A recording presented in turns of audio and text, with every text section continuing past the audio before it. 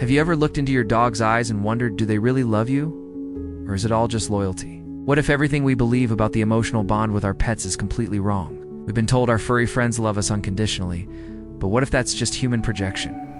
It's time to challenge one of the most heartwarming beliefs in human history. Is your dog truly bonded to you, or just cleverly evolved to stick by your side for survival? These questions may shake the very foundation of your relationship with your pup.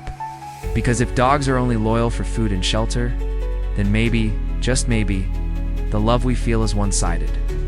But if it's real, then what we have with dogs is something no other species shares. By the end of this video, you may never look at your dog the same way again. And the truth might break your heart, or deepen your bond forever. To begin with, let's look at where this loyalty came from. Thousands of years ago, wolves began following human tribes. They weren't looking for love, they were looking for leftovers. Slowly, those wolves evolved into the dogs we know today. Creatures that learned how to read our expressions, respond to our emotions, and stay close to our side. But here's the twist. Was this evolution built on trust, or manipulation? Did dogs adapt to our feelings because they felt them too, or because it helped them survive? The closer they stuck to humans, the more food and protection they got. It was smart, efficient, strategic, but not necessarily emotional. Science has tried to answer this. Mr. Eye scans of dogs' brains show activity in regions tied to pleasure when they smell their owners. That sounds like love, right? But what if that brain activity is just a reaction to familiarity or the expectation of a reward? Studies show dogs can differentiate between the scent of their owner and a stranger, but does recognizing someone mean you love them? Even humans recognize people they dislike. Dogs might just associate your scent with safety, not emotional attachment. It's a disturbing thought. Is the wagging tail and excited jumps, are they for you, or just what you give? Let's go even deeper. Oxytocin, the so-called love hormone, is released in both humans and dogs when they stare into each other's eyes. It's the same hormone released when a mother bonds with her baby. Sounds romantic, right? But here's the plot twist. That oxytocin release also happens when dogs interact with other dogs, or even friendly strangers. So maybe you're not that special. Maybe dogs are just chemically wired to bond with anyone who's nice to them. It could mean your dog's love is just a biological reflex, like sneezing or salivating. Still feel warm and fuzzy? But before you pack away the dog treats in despair, there's another angle. Dogs often risk their lives for their owners. They've jumped in front of cars, warned people about fires, even attacked intruders. Loyalty is one thing, but sacrificing yourself, that feels like love. Yet skeptics argue this could be conditioning. The dog sees you as the pack leader, it might act out of instinct to protect the group, not out of affection. So are heroic dogs brave? Or just following primal programming? Even that heartbreaking act of courage might be hardwired, not heartfelt. And that's where the line between love and loyalty blurs again. Now, let's talk about separation anxiety. When you leave the house, many dogs whimper, scratch the door, or even destroy furniture. It feels like heartbreak. But is it? Some scientists argue this is more about routine disruption than missing you specifically. Dogs are creatures of habit. When the pattern breaks, they panic. That anxiety might not be about emotional loss, but environmental stress. Imagine believing your dog can't live without you, when they might just be reacting to the sound of the door. That's not love, it's dependence. Dependence isn't always a good thing, you might say. But my dog greets me like I'm the only person in the world. That tail wagging, jumping, licking madness when you walk through the door feels like undeniable love. But even that can be explained. Dogs associate your return with food, playtime, or attention. It's cause and effect. You leave, and then you come back bringing good things. Eventually they learn.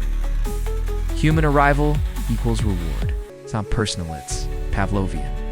That's why some dogs do the same thing with any returning human. So ask yourself, is your dog greeting you, or just excited the fun is about to begin? Another question, why do dogs follow us everywhere? Into the bathroom, the kitchen, even while we sleep? It feels like devotion, but could it be surveillance? In the wild, wolves stay close to their pack for survival. Modern dogs may simply be wired to stick to their alpha. Being near you means safety, warmth, and food. The constant following might not be emotional, it might be strategic. You're the ticket to their daily needs. And yes, It's a bit unsettling to think your shadow is really just guarding its food source. Consider dogs that are neglected or abused. Many still return to their owners, tails wagging, desperate for attention. That seems like forgiveness, but is it? Some experts argue it's trauma bonding. Like humans in toxic relationships, dogs may stick with what's familiar, even when it hurts. Their brains crave routine and attachment to even harmful ones. So loyalty doesn't always mean love. It can mean fear, conditioning, confusion. It's painful to imagine, but it's a reality for many dogs around the world. There's also a cold truth. Dogs can switch loyalty shockingly fast. Rehomed dogs often bond with new families in a matter of days. They adapt, they attach, they move on. That's not how human love works. We grieve, we remember. Dogs reset. If their love can be given so quickly, was it ever real to begin with? Or are they just wired to attach to whoever's next? It's beautiful, and brutal. A reminder that the connection we feel might be more fragile than we think, yet we want it to be love. We need it to be love. Because in a world filled with conflict, betrayal, and loneliness, our dogs are our refuge. They don't judge, they don't argue, they're just there. But maybe that's exactly why we project love onto them. We see what we need to see. We assign human emotions to animal instincts. It comforts us. But comfort isn't confirmation, and that's the dangerous illusion. Believing in something because we want it to be true. Let's not forget how much money is tied to this idea. The pet industry is worth hundreds of billions of dollars. Dog food brands, toys, accessories, even doggy spas. These businesses thrive on the belief that your dog loves you. Love sells. Loyalty is noble, but love is marketable. It's a narrative pushed by media, advertising, even movies. But does reality match the marketing? Or are we being sold an emotion that might not even exist in dogs the way we imagine? Now imagine this. What if dogs do love us, but it's not the kind of love we understand?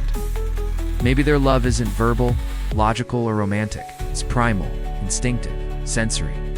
Maybe licking your face isn't just a kiss, it's their way of saying, "You're mine." Protecting you isn't about affection. It's about pack loyalty. Their love might not mirror ours. Expecting it to might be the biggest misunderstanding of all. In contrast, think about dogs who grieve their owners. Some refuse to eat. Others wait by the door for months. There are real stories of dogs lying beside their owner's grave until they themselves die. That's not conditioning. It's not reward seeking. That's grief. And grief suggests attachment far deeper than instinct. It suggests memory, pain, even longing. That's love, or the closest thing we'll ever see to it from another species. So what is love really? In humans, it's messy, emotional. Sometimes irrational. Dogs can't write poetry or hold hands, but they can comfort us when we cry.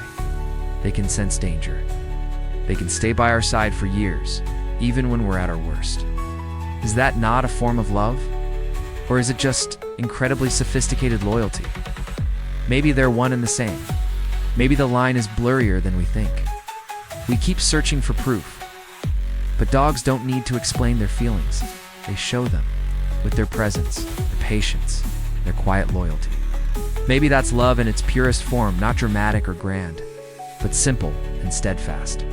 Still, the question haunts us. Do they know they love us? Or is it just behavior without awareness, without intent?